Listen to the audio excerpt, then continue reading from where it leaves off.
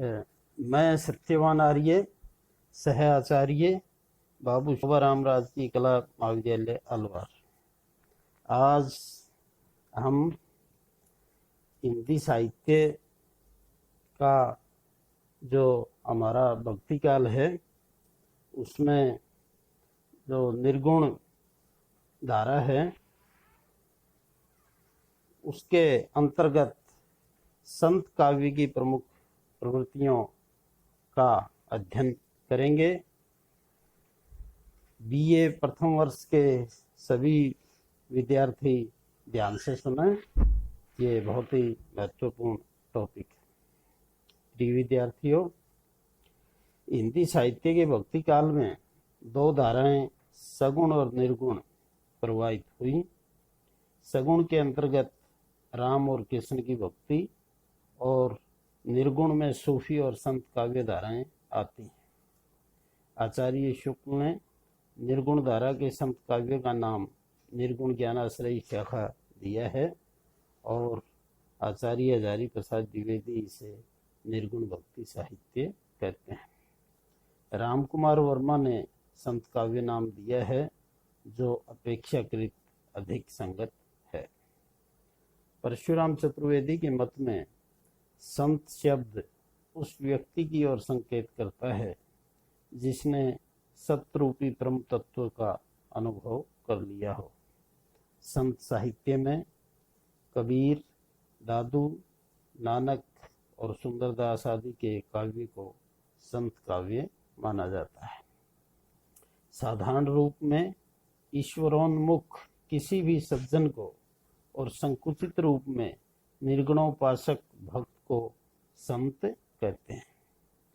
संत काव्य परंपरा 12वीं सदी से आज तक चलती आई है, लेकिन धीरे धीरे इसका काव्य पिष्टपेषित होने के कारण महत्वहीन होता गया। मध्य युग की समाप्ति तक अपनी रूढ़िवादिता के कारण इसकी क्रांतिकारी भावना समाप्त हो गई। कबीर इस काव्य धारा के प्रतिनिधि कवि हैं। संत काव्य की विशेषताएं। संत काव्य में अनेक धार्मिक संप्रदायों के तत्वों का समन्वय है, लेकिन संतों ने धर्म अथवा साधना की शास्त्रीय ढंग से परिभाषा नहीं दी। संत साधु पहले थे और कवि बाद में। संत काव्य की सामान्य विशेषताएं इस प्रकार हैं। प्रथम विशेषता है निर्गुण ईश्वर में विश्वास। संत कवियों ने अपने काव्य में निर्गुण ईश्वर में विश्वास और कुछ सीमा तक सगुण रूप का विरोध किया है। कबीर का कथन है, दशरथ सुत तिहु लोक बखाना, राम नाम का मर्म है आना। संत निर्गुण ब्रह्म में विश्वास करते हैं जो घट घट में वास करता है। सभी वर्णों एवं जातियों के लिए वह निर्गुण ही उपास्य है। निर्गुण राम जपहुरे भाई, अविगत की गति लखी न जाई। दूसरी विशेषता है अवतारवाद का विरोध। संतों ने बहुदेववाद तथा अवतारवाद की भावना का खंडन किया है। इसका कारण शंकर मत का प्रभाव तथा तत्कालीन मुसलमान शासकों का एकेश्वरवादी होना था। हिंदू मुस्लिम एकता के लिए संतों ने एकेश्वरवाद का संदेश सुनाया। कबीर कहते हैं, अक्षय पुरुष एक पेड़ है, निरंजन बाकी डार, त्रिदेवा शाखा भय पात भया संसार। वस्तुतः संतों की उपासना का लक्ष्य सगुण और निर्गुण दोनों से परे है। फिर भी सगुण उपासकों की भांति उन्होंने अपने प्रियतम को राम, कृष्ण, गोविंद, केशव आदि नामों से पुकारा है। अगली विशेषता है गुरु का महत्व। संत कवियों ने ब्रह्म की प्राप्ति के लिए गुरु को सच्चा सहायक माना है। उनका विश्वास है कि राम की कृपा तभी संभव है जब गुरु की कृपा होती है। कबीर आदि संत गुरु को गोविंद से भी महत्वपूर्ण मानते हैं। गुरु गोविंद दोनों खड़े, काके लागू पाए, बलिहारी गुरु आपने जिन गोविंद दियो बताए। अगली जो महत्वपूर्ण विशेषता है वह है माया से सावधानता। संतों ने माया से सावधान रहने का उपदेश दिया है। उनके अनुसार माया भक्ति के मार्ग में सबसे बड़ी बाधा है। यह माया महाठगिनी है। यह मधुर वाणी बोलकर सभी को त्रिगुण फांस में फंसा लेती है। कबीर माया के विषय में कहते हैं, कबीर माया मोहिनी, मोहे जान सुजान, भागा ही छूटे नहीं, भरी भरी मारे बाण। अगली विशेषता है संत कवि की नारी के प्रति तटस्थता का दृष्टिकोण। संत नारी को माया का प्रतीक कहते हैं। कनक और कामिनी को वे बंधन स्वरूप मानते हैं। कबीर के शब्दों में नारी की झाई परत, अंधा होत भुजंग, कबीरा तिन की कहा गति, नित नारी के संग। परंतु नारी की इतनी निंदा करने वाले संत पतिव्रता नारी को अपनी साधना के निकट जानकर उसकी प्रशंसा भी करते हैं। पतिव्रता नारी की तरह साधक की भी अपने प्रिय के प्रति अटूट निष्ठा और अन्य के प्रति विरक्ति होती है। रहस्यवाद। संत काव्य में मुख्यतः अलौकिक प्रेम की अभिव्यंजना हुई है, जिसे रहस्यवाद कहा गया है।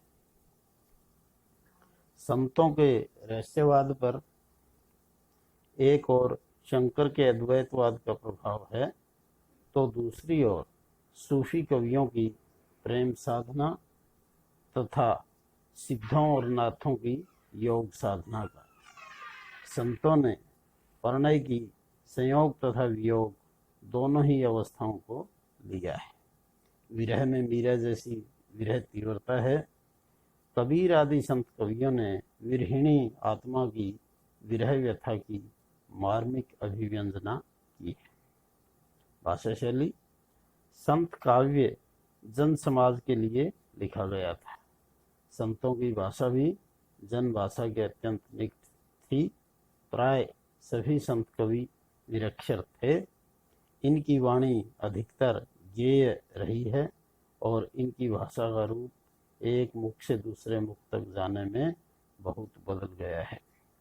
जिस प्रदेश में उनकी वाणी पहुंची, उस प्रदेश की भाषा का प्रभाव भी उस पर आ गया। इसके अतिरिक्त संतों की भ्रमण में बहुत रुचि थी, इसलिए इसमें विभिन्न प्रांतीय भाषाएं, अवधी, ब्रज, खड़ी बोली हिंदी, फारसी, पंजाबी आदि का मिश्रण है। संत काव्य मुक्तक रूप में प्राप्त होता है। संतों के शब्द गीति काव्य के सभी तत्वों, भावात्मकता, संगीतात्मकता, संक्षिप्तता, व्यक्तिकता आदि से युक्त हैं। उपदेशात्मक पदों में माधुर्य के स्थान पर बौद्धिकता अवश्य है। इन्होंने साखी, दोहा और चौपाई शैली का प्रयोग किया है।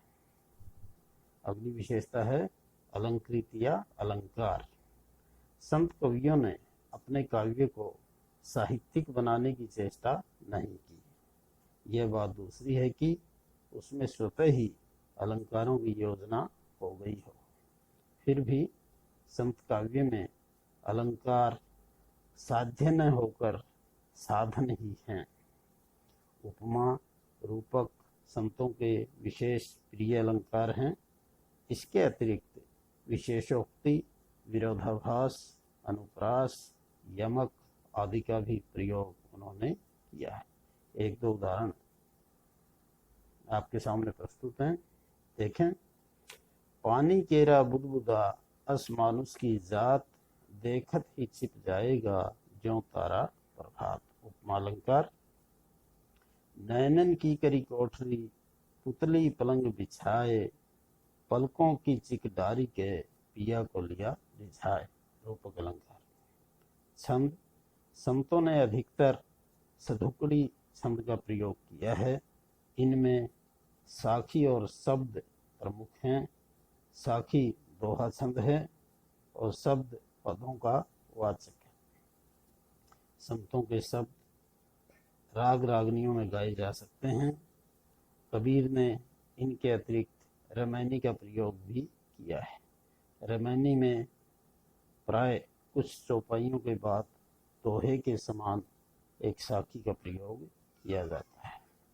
इसके अतिरिक्त चौपाई, कवित, सवैया, सार, वसंत आदि छंदों का भी प्रयोग है। रस योजना। संत काव्य में भक्ति परक उक्तियों में प्रधान रूप से शांत रस का परिपाक हुआ है। ईश्वर भक्ति एवं संसार से उदासीनता का भाव होने के कारण निर्वेद स्थायी भाव है। रहस्यवाद के अंतर्गत दुल्हन, गाऊ, मंगलाचार आदि पदों में श्रृंगार रस का चित्रण है, जिसमें संयोग की अपेक्षा वियोग पक्ष अधिक प्रबल है। विरही को कहीं भी सुख नहीं, कबीर बिछुड़िया राम सु, ना सुख धूप न छां। जहाँ कहीं ईश्वर की विशालता का वर्णन है, वहाँ अद्भुत रस है। उल्टबांसियों में अपूर्व आश्चर्यजनक बातों का वर्णन है। कुछ स्थानों पर विभत्स रस भी है। सुंदरदास ने स्त्री के शरीर का विभत्स चित्रण किया है। फिर भी संत काव्य में शांत और श्रृंगार रस की प्रधानता है, अन्य रस गौण। डॉक्टर रामकुमार वर्मा के मत में सिद्ध साहित्य, नाद साहित्य और संत मत एक ही विचारधारा की तीन प्रमुख परिस्थितियां हैं।